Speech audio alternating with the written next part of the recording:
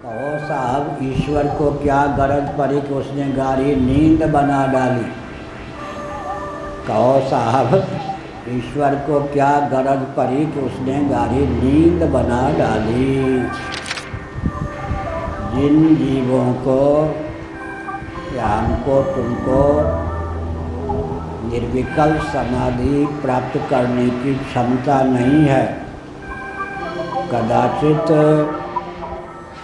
गाढ़ी नींद भी सुलभ न हो तो हम तुम पागल हुए बिना नहीं रह सकते।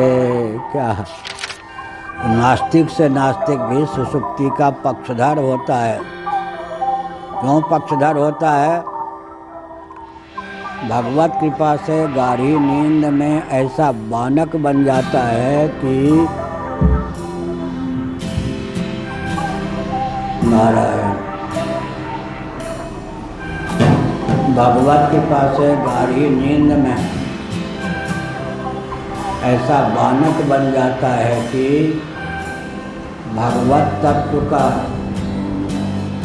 सानिध्य सन्निकटता से हमको प्राप्त होता है। तब क्या होगा? गाढ़ी नींद का पक्षधर हर जीव है। श्री कृष्ण बोधाश्रम में महाभाग ज्योतिष मठ के मन्य शंकराचार्य जी का दर्शन एक बार हमको वृंदावन धाम में स्वामी श्री पुरियावाजी महाभाग के आश्रम में हुआ।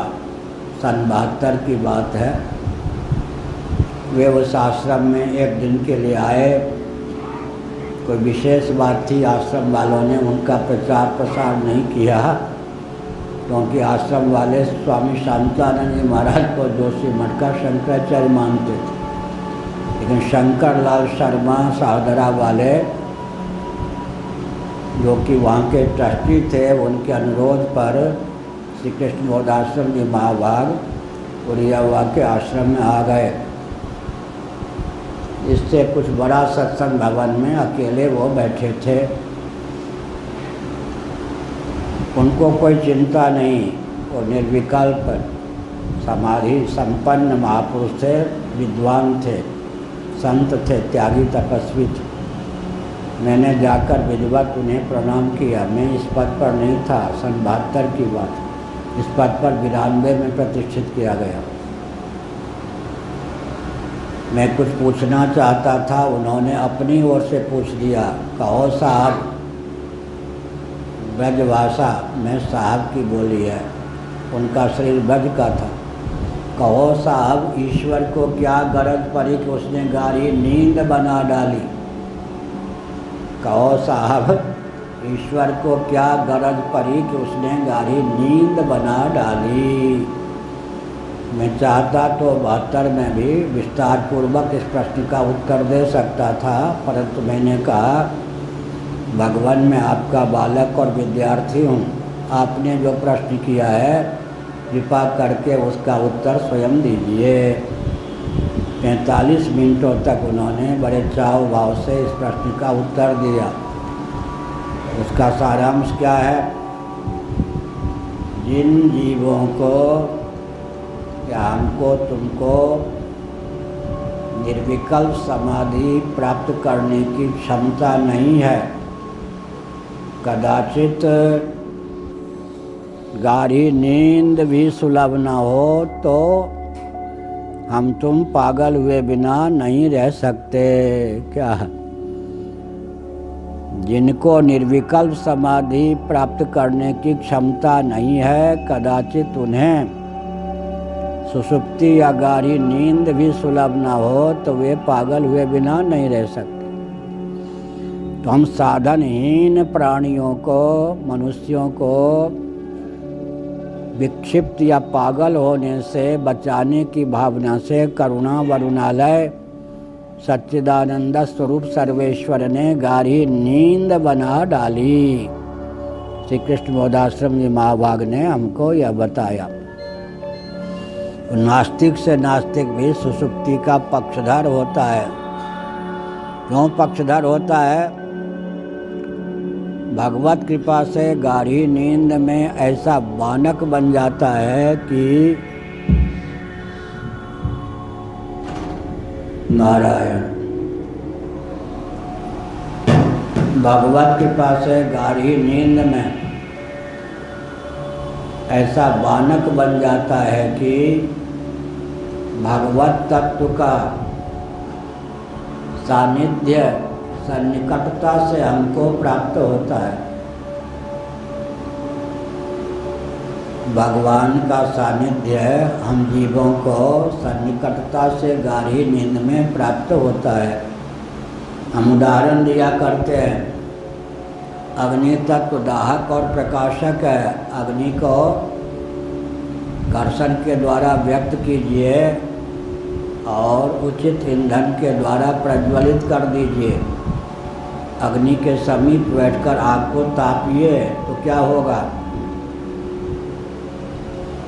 दाह के प्रभाव से, उष्णता के प्रभाव से, सर्दी के चपेट से बच जाएंगे। प्रकाश के प्रभाव से, अंधकार के चपेट से बच जाएंगे। देहि सत्य फल प्रकट प्रभाव। दाहक प्रकाशक अग्नि का सेवन सत्य फल देता है या नहीं? कौन इसका निषेध करेगा? ठीक इसी प्रकार भगवान सच्चित आनंद स्वरूप हैं। गाढ़ी नींद में वे अनुग्रह पूर्वक इस भावना से भावित होकर कि मेरे अंश सरीखे लाडले प्यारे जीव गोरख धंधा 99 के चक्कर में फंसकर पागल न हो जाएं, हमको सुसुप्ति या गाढ़ी नींद प्रदान करते हैं। जैसे सर्दी गर्मी वर्षा की चिंता किए बिना बालक खेलता रहता है, वात्सल्यमयी माँ यह सोचकर कहीं यह सर्दी गर्मी या वर्षा के चपेट में न आ जाए, कुछ काटती है, दूध पिलाने का लोभ देती है, मिश्री देती है, कोई फल देती है, बुलाकर बच्चे को खवा पिला कर छाती से चिपका लेती है, थपकी लगाती है, नींद का आवाहन करती है, रोली गाती है। लेकिन बच्चा नटखट होता है, माँ के बाल नोचने लगता है, साड़ी नोचने लगता है। इसी प्रकार हम जीव क्या करते हैं? सर्दी गर्मी शत्रु मित्र भूख प्यास इन द्वंद्वों के चपेट में फंसे रहते हैं। चेले चेली, बाबा हैं तो चेले चेली कि माला जपते रहते हैं। एक दंडी स्वामी थे, प्राथमिक विद्यालय के प्रधानाचार्य पद से अवकाश प्राप्त हुए, दंडी स्वामी हो गए। ब्राह्मण कुल के थे, मेरठ दंडी आश्रम में रहते थे। मेरे पास आके आश्रम में बैठ जाते। ये मेरे सारू के सारू हैं, साली की साली हैं। हम तंग हो गए।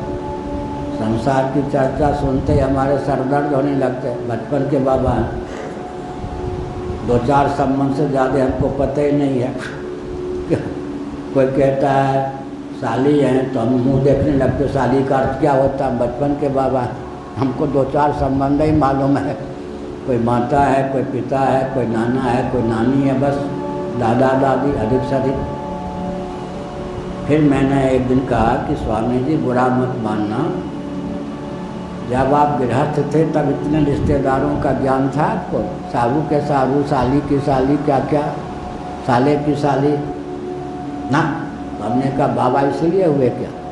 अरे भगवान का भजन किए, ये दिन भर ये माला जपते रहते रिश्तेदार नातेदार की, क्यों दंडी स्वामी हुए? हमने डांट दिया प्रेम से, ताकि हमारा समय रोज बर्बाद न करे। भगवान सोचते हैं कि नोटों के बंडल, चेले चेली, सगे संबंधी, इनमें उलझा हुआ जीव पागल न हो जाए, इसलिए उसे ऊपर की भूमिका अनुग्रह पूर्वक प्रदान करते हैं।